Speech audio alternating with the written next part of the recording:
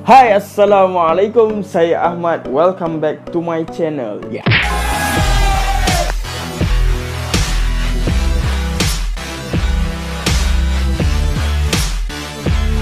Okey, baik. Alhamdulillah. Terima kasih diucapkan kepada anda yang masih lagi setia bersama dengan saya. Okey, hari ini saya nak sambung cerita selepas kami berkahwin berdasarkan buku Ustazah Basikal ni. So, sebelum tu, bagi yang belum subscribe, please subscribe. Okey, so saya nak teruskan. Okey, selepas kami mendirikan rumah tangga, kami pun berpindah ke rumah barulah di Selayang. Kami pun mula bincang lah. Dan waktu tu Adilah menyuarakan hasrat dia. Bang, nak beritahu sesuatu lah.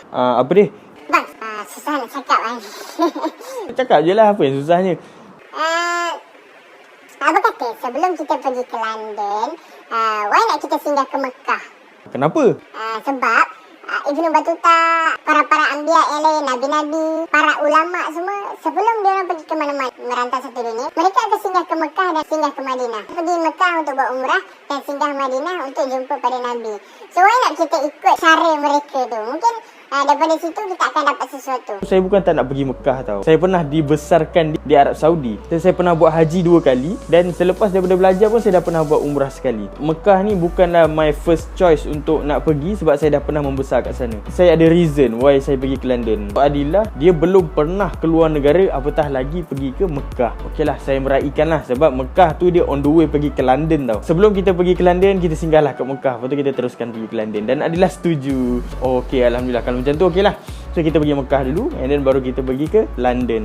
Yang tak ada basikal ni. So macam mana ni? Benda pertama yang kita kena buat adalah kita kena cari basikal. Okey lah abang lah, cari basikal. So saya search kat dalam Facebook. Dan kebetulan pada waktu tu dia basikal Akmal, dia nak lelong basikal tau. Dan waktu tu basikal lipat yang berharga RM300 satu. Dan dia ada 2 biji. Memang ngam-ngam. Saya terus book. So 2 biji harga dia RM600 lah. Basikal Jepun, memang totally besi lah. Okay, Adilah ni dia suka bagi nama tau pada kenderaan yang dia gunakan. So basikal pertama kami ni dia gunakan Salim dan Salma. Maksud dia adalah selamat lah. Salam kan, Salim, Salma, selamat. Macam tu lah. Dalam masa sama dia ada doa lah dekat basikal tu supaya kami selamat dalam perjalanan. So kita dah ada basikal. So kita nak pergi kayuh kat mana dulu? Kita balik kampung nak? Kita balik Sabak Bernam. Dah beritahu mak abah belum nak balik kampung ni dengan basikal? Kita rahsia dulu. Kita bagi surprise pada mak abah. Kita kaya basikal. Okeylah, fine. So dalam pukul 10 pagi macam tu lah kami baru mula bertolak daripada Selayang. Saya mencari-cari kat jalan mana yang sesuai untuk kayuh basikal ni. Dan saya tanya Kak Ija, saya tanya Wak Rahim, jalan mana yang sesuai untuk nak travel ni. Pada waktu tu dia suggest ikut jalan Kuala Selangor, tapi kami ikut Lata.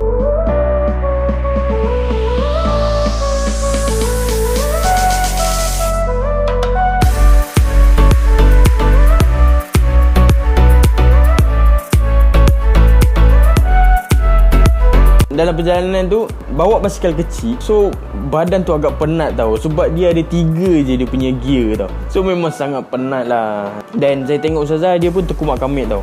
Saya ingatkan dia cakap apa, dia ni marah kat aku ke. Saya tanya, Ayah baca apa? Ayah tengah berzikir lah. Subhanallah. Sepanjang saya travel dulu, langsung tak pernah berfikir untuk nak berzikir ke nak baca Quran. Tapi dia dah memberikan saya satu inspirasi tau untuk nak travel ni. Dengan dalam perjalanan tu baca Quran, apa yang kita hafal, baca zikir dan sebagainya lah. Dan Alhamdulillah dia langsung tak mengeluh. Tu saya sangat bersyukur lah. Dan tapi kadang-kadang dia rasa penat. Saya cakap tak apalah, rehat. Bila dia dah penat, rehat kan. Singgah kat mana-mana, bus stop ke, singgah kat masjid ke, tidur dulu kan. So saya bagi dia tidur. Sementara dia tidur tu saya peganglah handphone, main handphone, buka Facebook dan sebagainya. Bila dia dah bangun, okey dah, jom kita sambung. Okey, sambung. Kadang berhenti makan, berhenti rehat. Bila dah senja macam tu, kami cross sawah tau. Dan sawah tu tak ada orang. Dan kami pun kayuh lah. Kami kayuh kat situ dan kami menyanyi tau. Kami menyanyi kuat-kuat, punyalah senang hati. Sebab dia kawasan yang cantik kan. So best lah kalau nak menyanyi atas bersih. Daripada satu lagu ke satu lagu, daripada satu lagu ke satu lagu. And then sampai ke satu lagu tu, Hikmah Kembara daripada Nirwana. Hikmah Kembara menuju kasih, buktikan cinta kita. Amboi. Adilah dia dapat satu idea tau. Dia kata, Abang, why nak kita namakan perjalanan kita pergi ke Mekah ni Kembara Memburu Hikmah? Kembara Memburu Hikmah, apa maksud dia? Dalam perjalanan ni, kita bukan sekadar tengok dengan mata tau, tetapi kita kena tengok juga dengan mata hati. Mata hati ni dia berbeza dengan mata kepala. Okey, kalau kita tengok dengan mata kepala, kepala kita. Apa yang kita nampak baik adalah baik, apa yang kita nampak buruk adalah buruk. Tapi kalau kita tengok dengan mata hati kita, kita akan nampak hikmah. Baik ke buruk ke, kita akan nampak benda tu ada hikmah di sebalik kejadian. Okay lah, fine. Kembara berhikmah. Dan Alhamdulillah, nama kembara berhikmah tu kami bawa sampai ke Mekah. Okay, whatever happen, benda baik ataupun benda buruk, still kami akan dapat hikmah. Kami akan tengok hikmah di sebalik kejadian.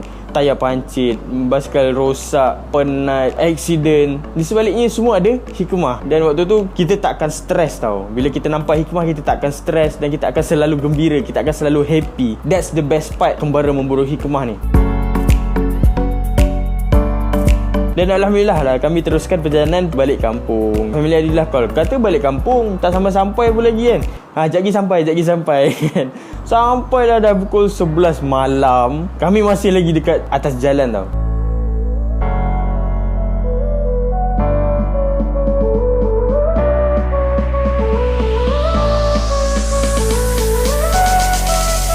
Dan Alhamdulillah dalam pukul 11 lebih nak dekat pukul 12 barulah kami sampai ke kampung. Dan waktu tu Adilah tekan loceng kring kan. Dan keluarga dia pun dah nak tidur tau waktu tu. Dia dah tunggu lama. Dia kata okey, anak menantu dia ni nak balik. Biasalah pengantin baru, pastilah ditunggu-tunggu kan. Dia orang semua keluar. Lah patutlah sampai lambat naik basikal. Dan Adilah pun semangat cerita dengan keluarga dia tau. Dan kami pun masuk tidur.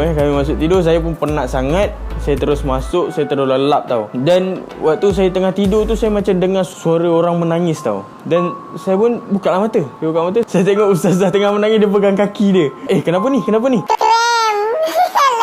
Dah sampai kampung baru dah dia rasa yang kaki dia tu krem. So itu pengalaman pertama lah kami kayuh basikal dengan jarak yang jauh. Keesokan harinya saya cakap dengan Adilah, dah beritahu mak abah belum yang kita ni nak kayuh basikal pergi ke Mekah ni? Belum beritahu mak abah lagi.